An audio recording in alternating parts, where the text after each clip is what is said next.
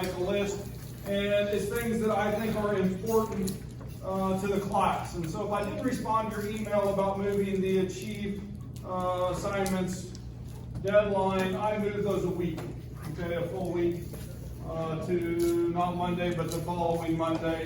What's due today and on the 25th.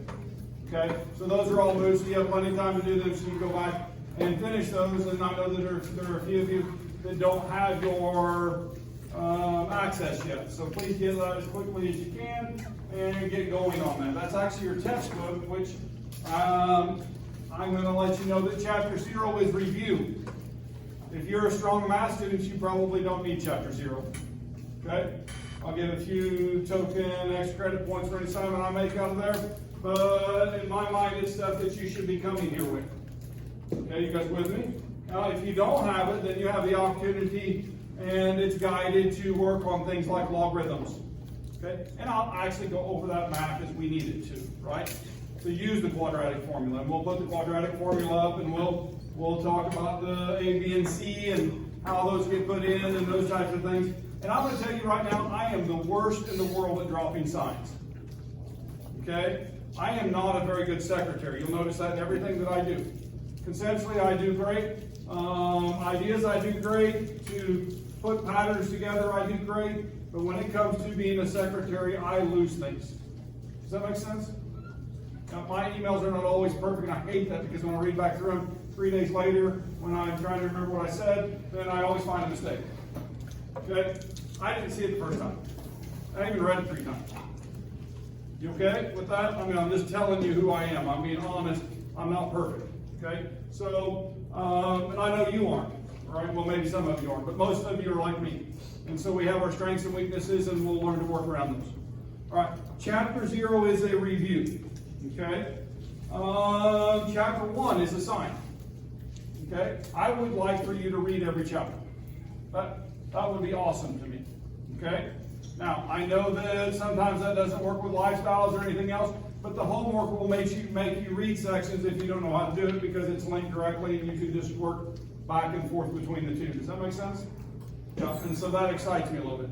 So chapter 1 is a sign. There are study sessions. Now, this applies to what I'm getting ready to talk about. You might want to use one already. Okay? They are Monday through Thursday from 6 to 8 p.m. Monday through Thursday, 6 to 8 p.m. There will be at least one student assistant. I think Wednesdays there's 2. Maybe it's Tuesday nights. I don't remember which time it is. But anyway, there should be someone up there during that. Now, that's not the only time you can get help. You can get help 8 to 5, Monday through Friday. All you have to do is come up and look for somebody with a name tag on. Now, not always is someone available, but we'll try to make someone available if we can. Does that make sense? Okay, so anyway, and that's the lounge down the hall from the lab where you have Chem Lab. All right, Chem Lab. Your lab is due 1 week from the day that you completed. So if you had lab on Tuesday morning at 9:30, then when you walk into lab Tuesday morning, or this coming Tuesday morning at 9:30, your lab should be done, completed, and you will lay it in a pile on the front desk. Cool? If you have lab at 1 o'clock, what are you going to do when you walk in? Turn in your lab, right? So 4 o'clock and then 4 o'clock on Thursday, right? So your lab's done at the beginning of the hour. That's 1 week from when it's completed. Now, there's going to be a couple labs this semester where we actually complete the lab on Tuesday, right? But we won't weigh the product until the following Tuesday, right? We'll start the new lab the following Tuesday, but the lab that we didn't weigh yet will be due the following week. And so in that case, there'll be 2 weeks due the following week, or usually I have tried to arrange all of those where in that lab that we're doing that week is either a 2-week lab or it won't be due for 2 weeks. So you only have one due a week. Does that make sense? Yeah, so that's planned that way. 4 lab this week. Do you guys want some help with the Excel graph? Just to see me walk through that, I'll just build one very quickly and show you. You can get help upstairs. Every one of my students upstairs can graph with Excel. Cool? All right, student workers. All right. Oh, one other thing before I start this. Today is the last day to add a class. You can drop after this day, but you can't add a class. So if you think you want to make a change for any of your schedule, today is the last day that you can do that. And you should be aware of that. You have a few hours left if you decide that, wow, this isn't what I want to do. Okay? Cool? All right. Any other things for housekeeping? Have you guys got anything for me? Housekeeping work for you guys? Yeah. So I'll try to do that every day. So I'll come in. That's what we'll open up with, so you'll know when I'm starting. I'll start housekeeping. Cool? So I'm making a graph, and I am in Excel. I got a spreadsheet open, and I have actually built a couple labels. I just typed those in when you guys were sitting down. And I actually, we added 1 with the burette, right? 1 milliliter in that last experiment with the unknown liquid. Okay, the last part of that. We added 1 milliliter, and then what did we do? We masked it, didn't we? And so if you were in all but one section, and that's another story, then that mass of 1 liter was about 0.78 grams. Now I'm guessing that a little bit, right? But I kind of know what it is too, right? You with me? I think that's what it is for this particular liquid, but it could be something else. And then I added 2 more, but actually my total volume when I added 2 more was what? 3. And so really I need a 3 right there to build my graph. And so I'm going to put in the total volume, okay? Instead of the 2 that I added, I'm going to put in 3. And so if I have 3 milliliters total, can you guys give me an approximate mass if the density remains the same of the liquid right now, just through mental calculation? 1 weighed 0.78 or 0.8, right? You with me? And so what is 0.8 times 3? 2.34, is that what the actual number is? Yeah. And so then if I add 3 more, what's my total going to be? 6. And so now I have 6 milliliters. And what would 6 weigh? 4.68 grams. 4.68, or we'll say 4.70, because we're not going to make this perfect, right? We're going to make it miss a little bit. Just because, wait a minute, is there misses in real experiments? The lines fit perfectly on data in the real world? No, they can fit pretty close usually, but they don't always fit perfectly. All right, and then what's the next one? We put in 4 the next time, so we would have a total of 10, right? And so 0.80, or 8.0, excuse me.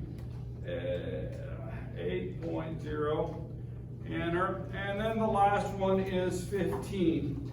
And so 15 plus, so that would be about 12. Would you guys agree with that?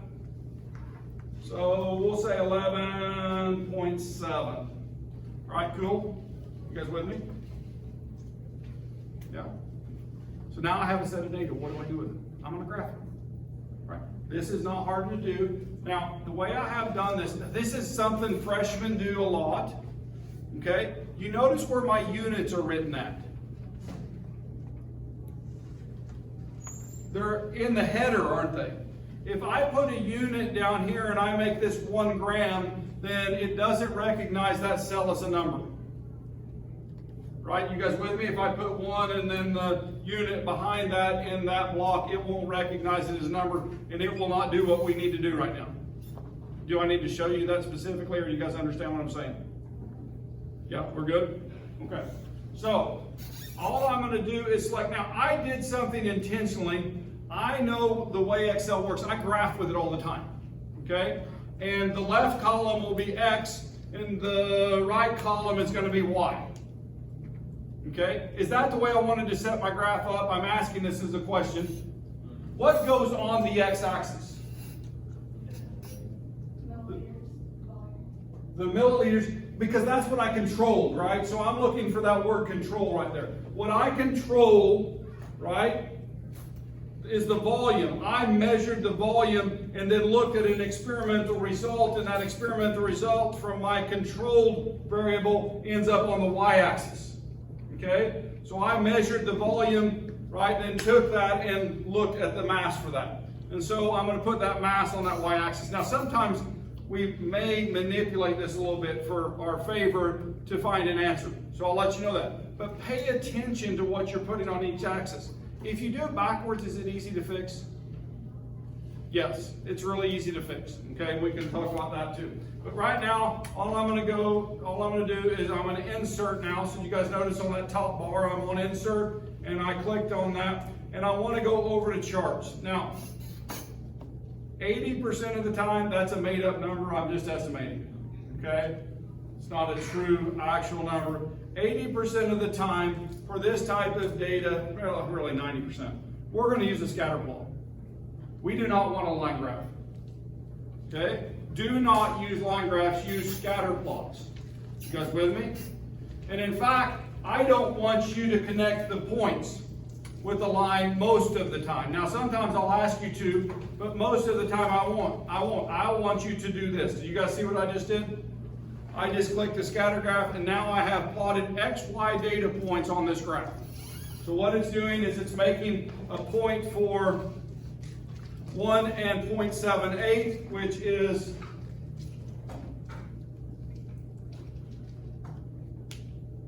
this point right here, isn't it? Okay, and then my second point, 3 and 2.34 is right there, 6 and 4.7 is right there, 10 and 8 are right there, and 15 and 11.7 is right there. So I have scatter plotted that. Okay, now what we notice is the volume increased, the mass increased proportionally, didn't it? Yeah, we're going to take advantage of that, because what we can do now is we can right click, and I'm going to move this back over a little bit so we can get to the toolbar. We can right click on the data. There's a couple ways to do that. I always right click on the data. That's my habit, because that option has been there forever. Now, if you're using the web version, some of these tools don't work. So you have to make an adjustment. I don't use the web version. I hate it. Okay? It doesn't have the tools that I want. And it doesn't do it in the way that I want it to do it. So now I realize sometimes that's the only version you may have. Okay? So you'll have to make adjustments for that. But anyway, do you guys know what a trend line is? A trend line is a mathematical operation, and it uses a type of calculation that is like a regression line, right? And so a regression line takes the data and it minimizes the distances as we pass a line through that to make that line fit as best as it can to the data. Okay? And so it's regression analysis, a trend line. And so I just put a trend line on there, and I want to ask you something. Does that line fit that data? It does. You can visually see that. Now, a scientist should always plot the graph and look, because you can actually make symmetrical data that you can minimize, and the data points won't have any coherence, but the line fits really well. You can see it with your eyes when you do that, okay? That's something I'll work on with you in quantitative analysis. So I'll talk about future courses that you would take to learn these things, all right? Right now, we're just gonna make the line, and then I want a couple things from this, because what do we need from this line? What are we using it for? We're trying to find the rise over run, right? Now, if I'm talking about the rise over, well, I hadn't put the axis labels in there, but I will here in a second. We'll talk about that. But I want to get this equation for that line. So there's a linear line, y equals mx plus b. You guys remember that from math, the y equals mx plus b?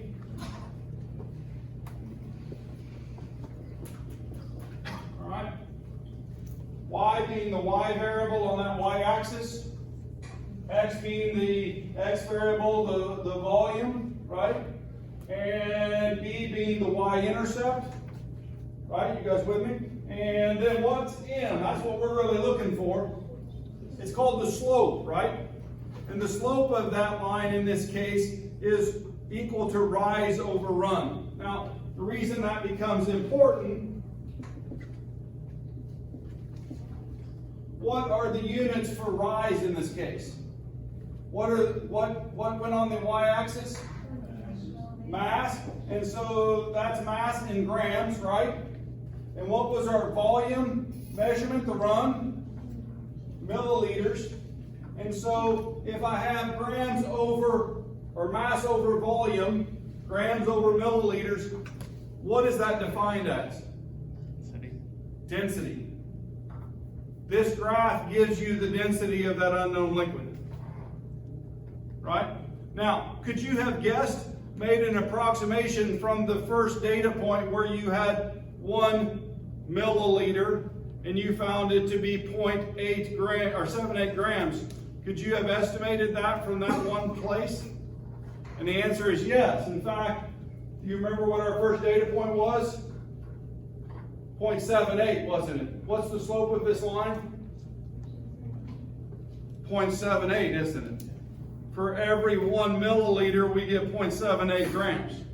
That's the density of the unknown liquid. Now, I have a question for you. What is the density of water? What's the density of water? Many of you should know that in here. 1 gram per milliliter, is that correct? Well, in fact, you used it in the lab, didn't you? You actually used 0.9978, but if I round 0.9978, what does that equal? It does go to 1, doesn't it? Okay? So it gets slightly expanded when it gets hot. The hotter it gets, the more water expands, and the lower the density. Cool? You guys with me? And so, but it's approximately 1 gram per milliliter. Now, our unknown is 0.78 grams per milliliter. Is this water? It's not, is it? It's that a physical property of the material that helps to describe it. It is, isn't it? This is a way that we would identify that and in a process to identify what that unknown liquid is. Cool? Yeah, so now axis labels. You guys know how to put those in. So I want to display that equation. I'm going to throw another number on there. Now this R is not radius. It's not other R's. This has a meaning. It's called the correlation coefficient. Okay? It's called the correlation coefficient. And if that data perfectly fits on that line, then that correlation coefficient can go to the value of 1. That's the maximum number. Anything less than 1, right, is showing that the data doesn't fit perfectly. Right? So if I'm looking up there, this is 0.996. Is that a good fit? Yes, mathematically it shows that that is fitting that data well. Okay, that's all it does. Right? When we're doing calibration curves, there are sometimes accepted values. If that correlation coefficient falls under 9.95, then we may not use that as a linear calibration curve. Okay, so it's a tool that we'll learn to use later on, okay, in quantitative analysis. Cool? All right. Fun stuff. Oh, labels. All right, so let's throw that off there. And so now we want to go in and we want to add axis titles, right? And we already got a chart title on there. We've got a trend line on there. We're not going to do error bars for this. So we need a good chart title. What's our chart title going to be?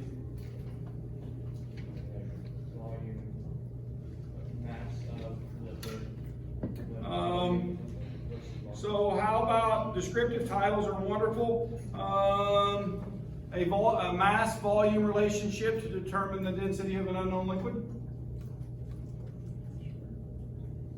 Sure, I'll let you guys put that in there. Just start.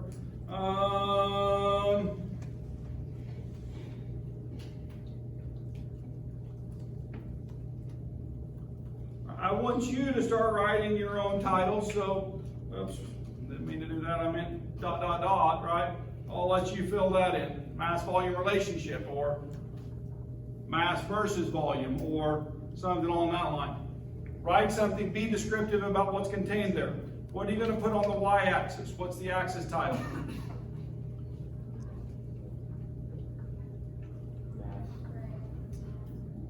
Mass in grams. And then what's on the x-axis? I may have said that backwards.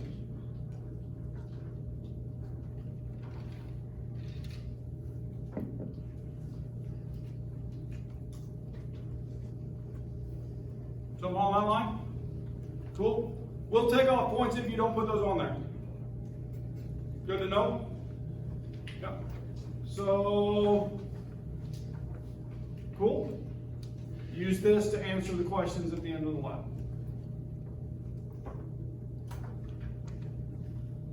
Questions? Comments? Is it helpful? Yep. Do we have to draw a picture for like every different? Do you have to draw a picture for what? For every different part of the lab? Not that I know of. I do like pictures, but your observations can be in words too, right? And tabled values. I actually put a table in there for this part of the experiment to help organize you. Someday you'll have to write your own tables if you stay in chemistry. Okay? So, yeah. So do we need to print this off or email it to you? The graph? Yes, I want you to, the graph part is the important part. Okay, so make sure you get that graph. If you want to include the spreadsheet with it, that's up to you. But I want that graph, and I want it printed and stapled to the back of the lab. Cool? It says that somewhere in that lab handout when you're completing it. Cool? All right. Anytime I don't do this and you need it, there's probably somebody else that needs this, please ask me, and I will do that for the whole class.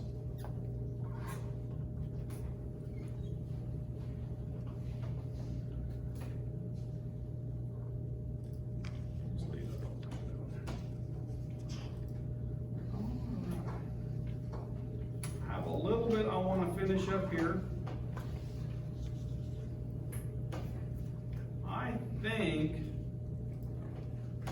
I had talked about the course syllabus, is that correct? And there'll be some handouts that I'll give out, online homework. And, well, I'm going to tell you this, and I'm going to say it this way. If you watch somebody else play the guitar, are you ever going to learn? What do you have to do? You have to pick it up yourself, don't you? Okay? Same thing goes here. If you have somebody else doing your homework for you, then you probably aren't going to learn chemistry. If you're just listening to the chemistry radio, me up here right now, walk out of this class and don't do any practice, don't do anything else, don't expect to gain a lot. True? Is it easy to listen to the radio? Yeah. So you have to hold yourself accountable, right, for all your college classes, right? And it's not fun always, okay? I know that, but it can be, and you can make it fun. Find yourself a good study group where you enjoy getting together, and when you're there, focus on that, right? But do stupid things too. Okay. Because then that makes it enjoyable and memorable. I can still remember my study groups from college, right? I do. I mean, those people are always be in my brain, and things bring them back, right? The room comes back to me. We used to always study in the Oscar Fryer room. Yes, that was his name. He was a physicist. Fryer room. Had a little board in there, chalkboard, and a conference table, and we would gather around late at night, every night of the week. Right? Come up with ways to prank people, but mostly we studied. Yeah, so taught each other things. So remember, how do you learn it best? Practice, teach somebody else. I'll tell a story on myself. I had a study buddy, his name was John, and John's an engineer now. He works out in California, and he beat me on every single organic chemistry test throughout the 2 semesters of organic chemistry that I took. I mean, every single one of them. Now, why that's significant is that I would start studying for an organic chemistry test at least 3 to 4 days ahead of time. Literally, it was that hard for me. Literally, I would spend hours per night working on learning the material. Man, it would be so much easier now. I wish I could do it again. But I understand how the chemistry works now. I was just learning it then, and I wasn't very good at it, I didn't think. I ended up with A- first semester, B+ second semester. Okay, so there's my grades. I gave them to you. Right? He got straight A's. John would come in the night of the exam, and I would go up to the board in the friar room, and I would start on the left-hand corner of the board, and I would write down everything that I would thought would be on the test, and I would try to do it all from memory. And then I would teach him each mechanism and show him how they worked and all of those things. And then I would forget a third of it when I took the test, but he remembered every single thing I taught him. But I really am thankful that I got to do that, because I really think I would have been more like a B-, D+ if I hadn't had the opportunity to teach John before each exam. You guys with me? It was kind of like this review thing for me, and I got to show somebody else how it worked, and he helped me if he thought I was doing something wrong, and those types of things. You with me? And so he was more adept, he was more gifted than I was, right? He was more gifted. He also scored in the 99th percentile in one category on the GRE and the 97th percentile in the nation in the other. He might have been a genius. Okay? He was just academically adept. He also typed 100 words a minute, played like 7 musical instruments, composed, wrote rock music, recorded 2 albums while they were in college. They're not CEVO appropriate. But just an interesting individual. But I love that I got to help him, right? You guys with me? So find those people that will do that with you, however that relationship works, and it will make you a better student. Especially people who have a lot of classes in common, right? So that you can work from one to the next. Find your group and become accountable, okay?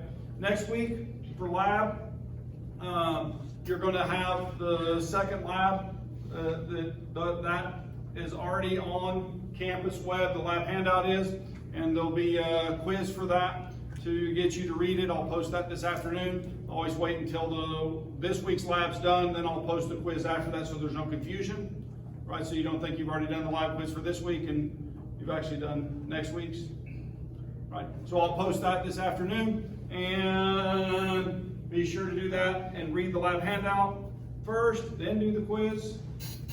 You can do really well on it. You can watch the video if you want. Cool? All right, be ready. Do you need a calculator? I was going to bring one down, I forgot it. Yeah, of some sort. You gotta have a calculator for this class. In fact, we're going to do things in here. I've been talking about a lot of this right now.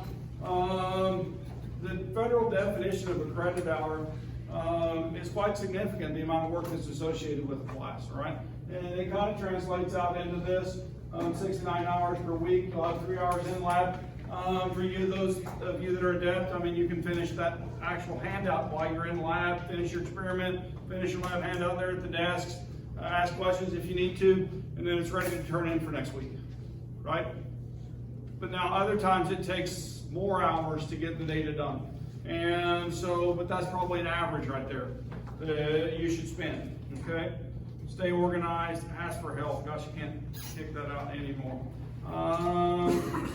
Chemistry club, I've already talked about that. This is, I love this slide, and someday I need to make a new one.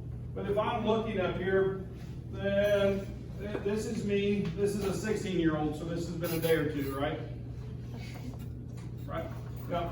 But if I'm looking around in this picture, all right, then Nikki Santo got a PhD in chemistry. She's a doctor of veterinary medicine. He's a PhD chemist. They're married. Kelsey works in FBI crime lab. She has a master's in forensic science. Nurse, educator, got a master's in chemistry from the University of Nebraska, and he's teaching now. Andy, he's a physical chemist. He took a couple of years off and then went to Rolla, and so he's actually with the student that just graduated a couple of years ago, who's also working on a PhD there. PhD chemist, physical chemist, and he's actually married to that young lady over here, and they have kids.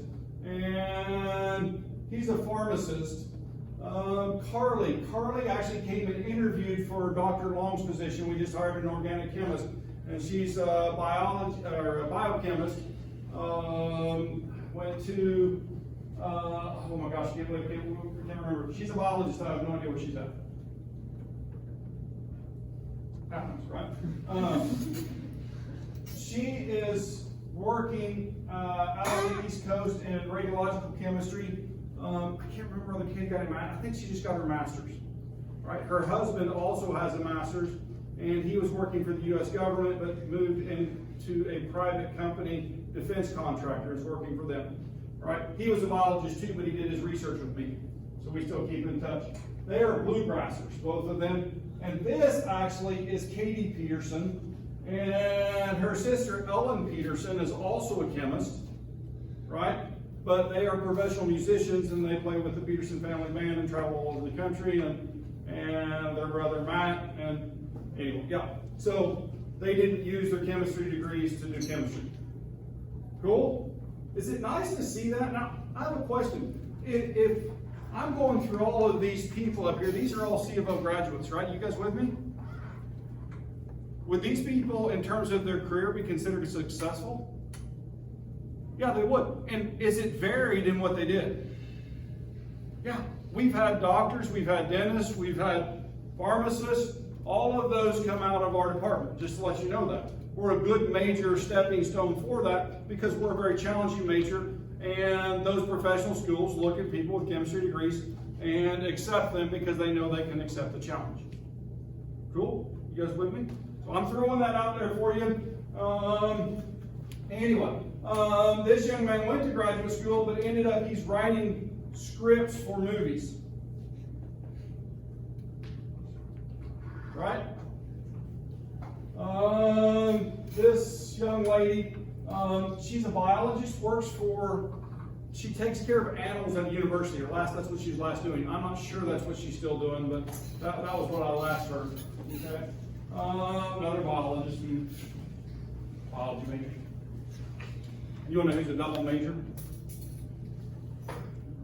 Dr. Garrison. Biology, chemistry right here. So I'm a biologist too. I can make fun of myself. Right? Yeah. Here's another club that you should be interested in. This is the Wilderness Activities Club. We don't have one right at the moment because our president graduated and COVID. You couldn't go off campus, so we didn't really meet because we really couldn't do anything. But we have a tendency to climb over big rocks, crawl under big rocks, and float down waterways, hike through the woods, all those types of things. I'm hoping that we can get that fired up sometime this semester. And so if you're interested, I'm a sponsor for either one of those clubs and would love to see your guys' faces participating and having fun with those things. Okay? One good thing about chemistry club is you get to meet all the nerds, and they're good to study with. That's a recurring theme, right? That's an old slide set from the past lectures, and I'm still working on modifying and doing all those things, making them mine. So this is the new set of slides. So now, all of a sudden, this is a new playbook, so if I stumble, forgive me. I'm going to do my very best to be prepared every day. And yeah, I might crash words sometimes. Cool? All right. My old slide sets, I knew the slides before I got there, right? Because I had made every one of them, modified all of them, and this is a prefab set. I've never tried this, so it scares me a little bit. Am I being honest with you guys right now? Yeah. I think it's good to be honest with you. Okay, so you know, instead of pretending I'm something I'm not. All right. Let us look at what's going to go on. This is the first chapter, and this is where we're starting. All right. And so we're starting right here with the classification of matter. We're going to go to properties, matter, matter and energy, the scientific method. You guys ever heard of that? And then got this nice little straight line thing down, and that's not the way it really works in my mind. I'll show you what I really think. And then we've got some units that we need to know, right? Significant figures that we need to know. Dimensional analysis, density. Well, we've already working on that in lab, so hey, there's a crossover throughout this course for those two things. And then we're going to convert some temperature scales. One of the things that we need to know is that chemistry is the study of matter and its properties. Okay? Chemistry is the study of matter and its properties. and so energy would be included in that. And so that is really what we do. We look at matter from how it's put together, how it goes together with other matter, and then we look at the energy relationships of that. And wait a minute, what's this up here on the board, right up here above the board? What do we call this? Periodic table. One of the things you're going to find is that I never take that down. There are some professors that want you to memorize it. I don't want you to memorize it. I don't care if you memorize it. I want you to be able to use it because it's a tool. It'd be like taking a mechanic and saying you need to work on this truck, but not giving him a wrench to take the nut off with. Okay? So that's my opinion about that. Now, I understand the value in memorizing the elements and those types of things, and if you choose to do that, I think that's awesome. Okay? And in fact, Dr. Bro, if you take the advanced inorganic course, she will make you memorize it. All right? But for this class, we got too many things going on that we still need a wrench. Okay? So I'm not going to take it away from you. It will always be there in some form or another. All right? Now, I may not let you have the periodic table which shows you the charge for each element because I want you to learn what ion it would make when it gives up its electron. Okay? I would want you to know that family number 17 up there likes to give away accept one electron from some of these things over here on the left side of the periodic table. For example, family 1 and 2. And it likes to take electrons from them, and when it does, it becomes a -1 when it becomes an ion. So I want you to know those things and learn them. Cool? All right. Elements. All right, so this periodic table is a list of the elements that are known. Could there be more? Yeah. Yep. Is it possible that we will make more? Yes, because that bottom down there, right, from 104 to 118, those are made, right? They existed for short, brief instances in time. We could do spectroscopy on them, learn their properties, make sure we really made them. And, well, yeah, in fact, there's some that still we're working on finding things out about, okay? So, because they're not around for very long usually. All right, those elements up there are the building blocks for everything else in the universe. Yeah. So what's the matter? Well, that one didn't slide very good. All right. An atom. Now, if you think about it, if I took the Earth and just the Earth, I'm not doing the whole universe, just the Earth. Okay? And if I took the Earth and I divided it in half, and then I divided it in half again, and I divided it in half again, and I did it again, and ultimately, I would get down to 2 atoms when I divided it in half. You guys with me? Yeah.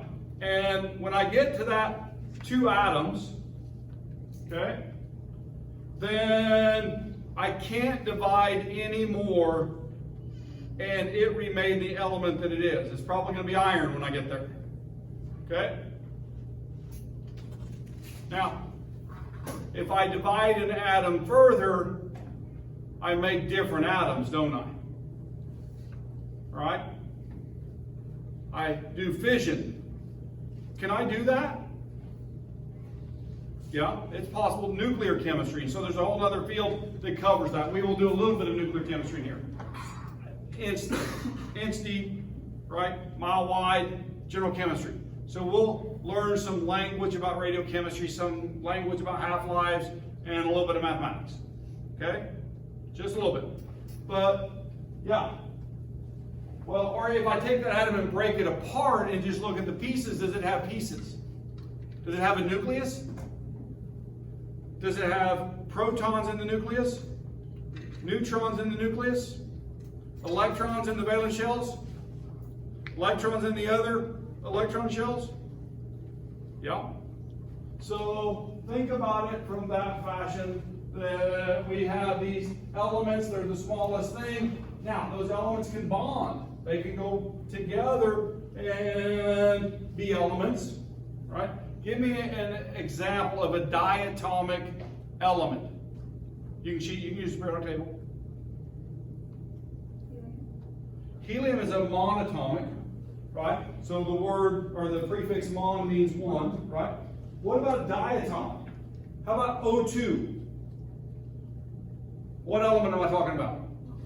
oxygen, it exists as a diatomic compound, doesn't it? Or two diatomic element. Yeah. So think about it from that. And so those bonds hold those two oxygens together. Now a compound is a combination of elements that has its own set of properties and definite composition. What would be a good example of a compound right now, if I were to think of that? Water, H2O, right? Salt. Now, salt to a chemist has a whole different meaning than it does to common folk, right? Because when you said salt, I thought of barium chloride, right? That's what you guys thought of, right? Or maybe sodium sulfate. Or, because all of those are salts, right? Anything that's composed of a cation and anion that is in a solid form is called a salt. But what did you guys really think of? Table salt and NaCl, right? Yeah, so just be aware that sometimes our language perspective is different, and I'll try to help you with that you get to the same place that I am. Okay?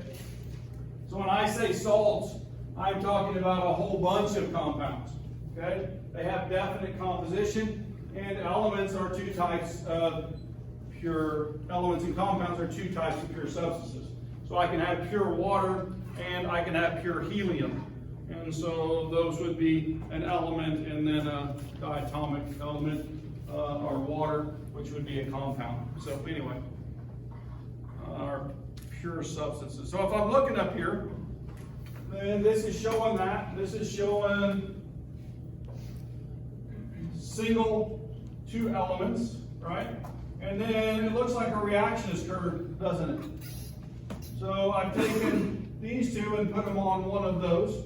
So this could be a compound. So let's think that this is what? Oxygen, maybe? No, because it's not diatomic, but that'd be something else, right? Because if it were oxygen, it would be diatomic. You guys with me? So it'd be something that would react, it could be by itself. It took two of those, and they combined, and it made, well, those are the classic, like mouse ears, in my opinion. Okay. And anyway, so if I'm looking here, then we see a different compound. And then this is a mixture. Now I have a question. When you're looking at the mixture, how many elements are present and how many compounds are present?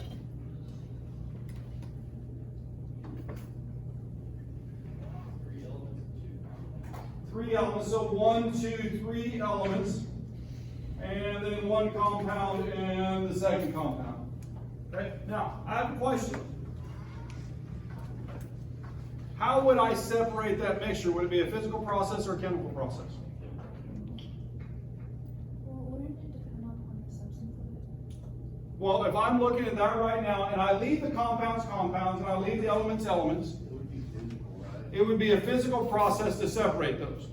Now, if I took the compound and I took those elements off of it or separated the elements, then it would be a chemical process to take the compound back to its single elements. Or if I have the single elements and I react them, then I'm making a new compound. Okay? So, and those are chemical processes, and we're going to talk about that language too. All right, we're going to talk about that language too. Elements, compounds, and mixtures. So here we can try that again. Here's a practice question for you. And so if I'm looking at this, elements, compounds, or mixture?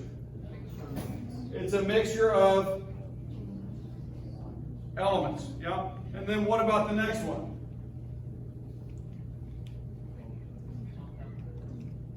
Compounds and element, right? And then what about this last one? It's a mixture of compounds, okay? And so all three components of this mixture are elements. The mixture contains one element, one compound, and the last one, the mixture contains two compounds. Cool? Yeah. You guys like the concept idea maps here? Little questions? Okay, I'll try to keep those in and use them. All right. Now, we have more definition with the word mixture. Okay, so we introduced mixture, but we can have a heterogeneous mixture and we can have a homogeneous mixture.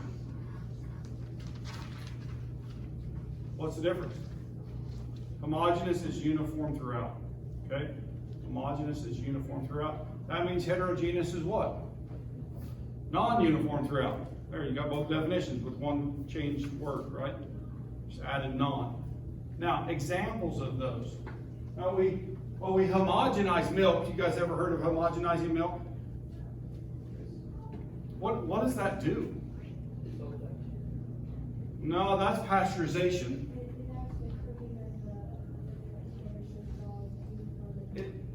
If you milked cows, then you always knew that if you wanted to get a little cream for the strawberries, you'd go sneak out there with a cup and you'd scoop that right off the top of the milk tank and you would have cream. Because why?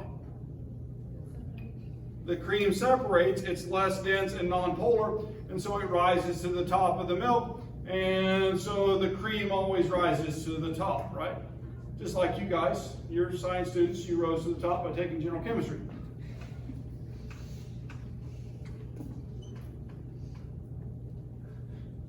Yeah. So, cream always rises to the top. All right? So when you homogenize, you take the cream and you mix it in to where it doesn't separate. Okay? So you can buy your milk, and when you pour it into the glass, you're not pouring the cream off the top. Cool? All right. That's what it means. And so it makes it more uniform throughout. What about concrete? Okay? Got a concrete wall right here. If I were to take a slice of that, all right, anybody poured any concrete? Yeah. So gentlemen, is it just cement, or are there the cement portion and then aggregate of some sort, rocks, that were put into that? And so when I saw that, would I see the rocks cut into half, or wherever that may have cut, plus the cement that surrounds that, and it would be non-uniform throughout? This would be a heterogeneous mixture. Okay, non-uniform throughout. All right, how about, I'm going to ask a question. How about I've got a soda, all right, or pop, or soda pop, or Coke. Could be any of those, right? So, I've got a Coca-Cola sitting right here on the bench. Heterogeneous or homogeneous? It's homogeneous, uniform throughout the mixture. Now, I put ice cubes in it. Heterogeneous, right? Now, is it easy to physically separate the ice cubes out of the soda pop? Yeah, all I have to do is filter, right? Or decant the liquid off, leaving the solid behind, right? You with me? A physical process to separate the two, okay, in the heterogeneous mixture. Would it be harder to do it with cement to physically separate because it's a solid? Yeah, and so you have to put in more energy to get those separated. But it's still a physical process. Cool? All right. Solutions are homogeneous. So just know that. I mean, that's just something that we can talk about. And solutions, now wait a minute. Can I have a solid solution? The answer is yes. I can have a solid. Brass is a good example of solid solution. An alloy of metals, right? And the atmosphere is a gas solution, and saltwater solutions would be aqueous solutions, and so on. Either some